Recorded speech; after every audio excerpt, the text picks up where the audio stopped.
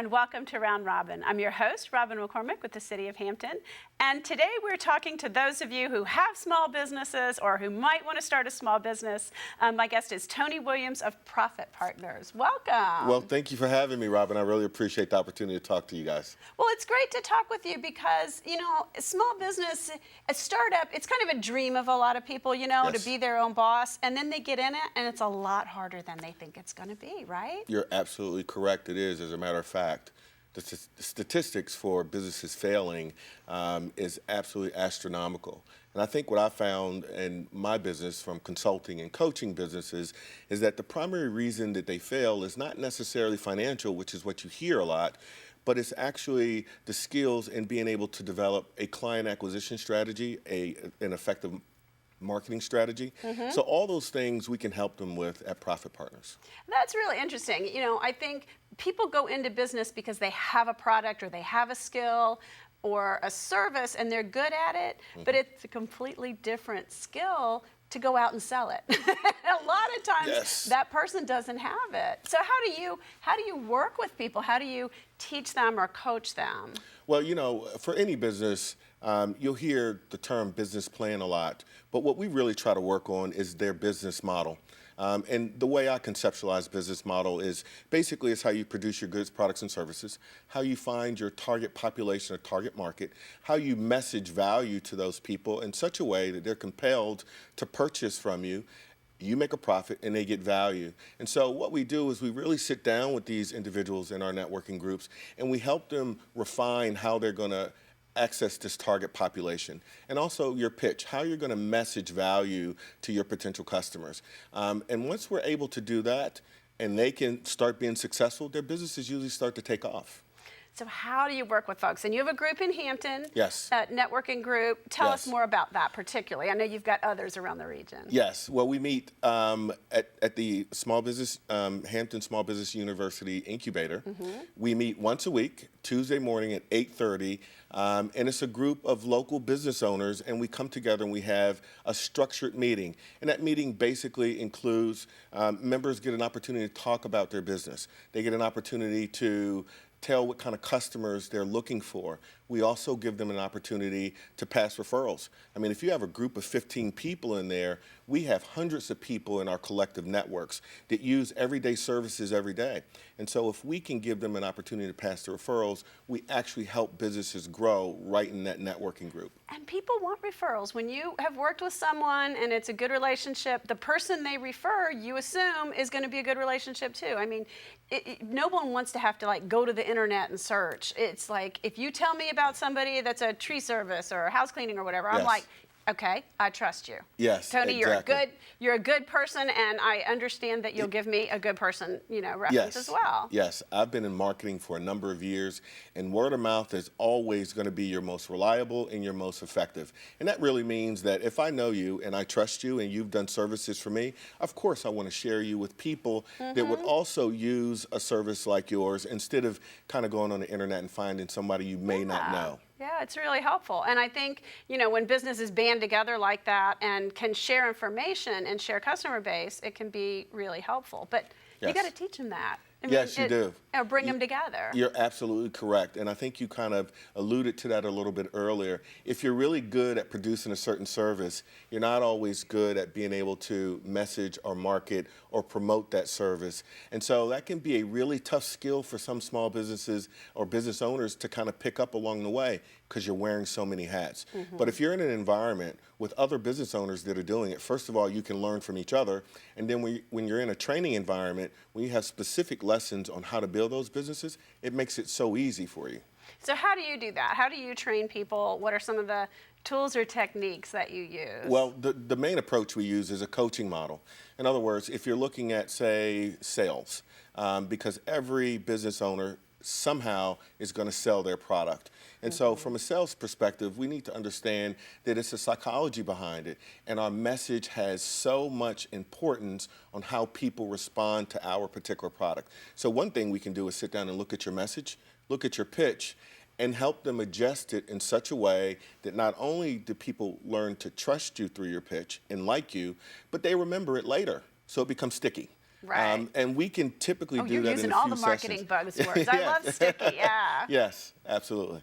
So that's really what we do. And we work on it, and again, in a coaching format. So it's on a weekly basis.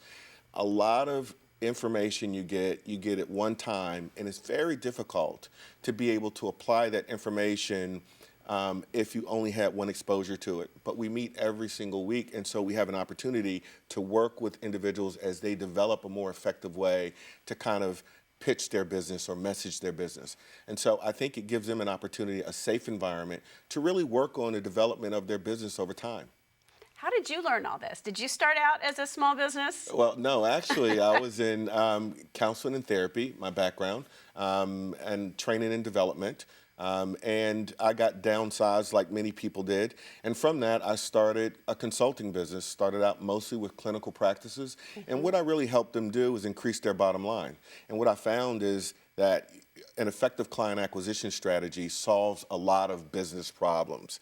And so we worked on increasing their client acquisition over time and retention. That's interesting because a lot of people who are on that practitioner side don't make the transition to the business side very You're well. right. You must have had that mindset as well. Well, I had a really great opportunity in a number of the positions that I held. I worked for the Department of Juvenile Justice, which gave me an opportunity to work with a number of small practitioners in the Hampton Roads area. And I got an opportunity to see how they operated their business. And while many of them are incredibly smart and had great business models, they didn't really know how to sell their service. So they had great services but didn't know how to sell them. And that was an aha moment for me.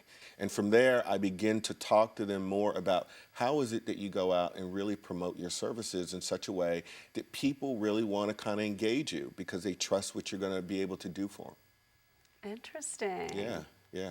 So you've been successful. Well, I like to tell people success is not really a label. It's more of a process. And this is for everybody. I try to engage in as many success behaviors as I can on a daily basis. And I think any business owner can do that. If you engage in more success behaviors than other behaviors, you eventually will be successful. And so I try to do that. I try to practice what we suggest to the members of Profit Partners. And over time, it works. So you're also kind of a mentor, Well, a coach. You like coach better, right? Well, you know what? To be quite honest with you, both of those terms sometimes don't necessarily fit perfectly. I don't think everybody can coach everybody in every area. I know that I've had a number of businesses over the last 16 years. I know I've had a number of them that were, in my opinion, incredibly successful. I had some that fell miserably, and I learned a ton from that. So what I can do is I can work with a small business owner on how do you get it started, how do you start to grow it, and then how do you transition it if you're looking to scale it and make it larger. Now, there might be some other coaches that are better at other stuff than necessarily I am, but that's really my passionate area is right there with small business owners. And why is that? What is it about the importance of small business owners that you connect with? Well, and not to quote, policy or anything like that, but if you look at all the statistics, they will tell you that small business owners in America are literally the backbone of our economy. They hire millions of people across America. They're the number one employers in America. And I'm talking about small business owners that employ 3 to 5 people. So really small. I mean, the government Yes. defines small business as like, what, less than 50, less Yes. than 100. Yes. Something that I would consider pretty darn big. Absolutely. And my information comes from a book called the Entrepreneurial Strength Finder book. And they talk about these statistics. Here's the other thing. We have a strong national economy as we think about the impact of all of these global things that are happening. A strong national economy ensures a strong national defense. So those two things are directly related. So small business is really important for us as a community, but I believe that small businesses, when you said that people want to start one, I think it's such a passionate thing for them. It comes from who they are on the inside. To be a part of that process and helping them develop that, I think is a really admirable position. At least for me, I have a lot of honor for those individuals who take that leap. It's a I ton do of too, risk because in I'm it. scared.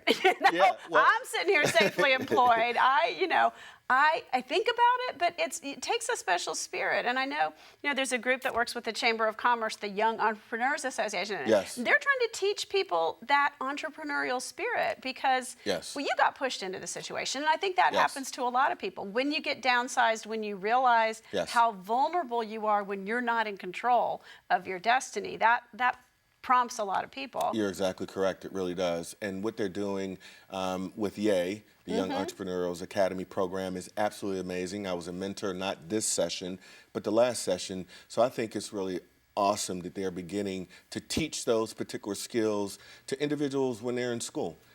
Those skills are not just great for business, but they're transferable to everything. Right. Problem solving and autonomy and responsibility. They're so important to everything that we do in life. Well, even the corporate culture these days has completely flipped to value a lot more of those qualities. I mean, when you Yes. look at particularly the tech businesses and the industries there, you've got peer ratings and you've Yes. got competitions, and businesses now value the people who speak up and criticize. Criticism is wanted, and that's a real change from Yes. traditional corporate culture. Absolutely. I think it's really about innovation. And to have innovation, there's got to be debates. You've got to talk about what you're currently working with and how can you improve it if it's not meeting all of your needs. But talking about fear and afraid to go into business, there's a statistic out there that suggests 67% of Fortune 500 CEOs, and these are some of the best and brightest, they want to start their own business, but they're afraid to.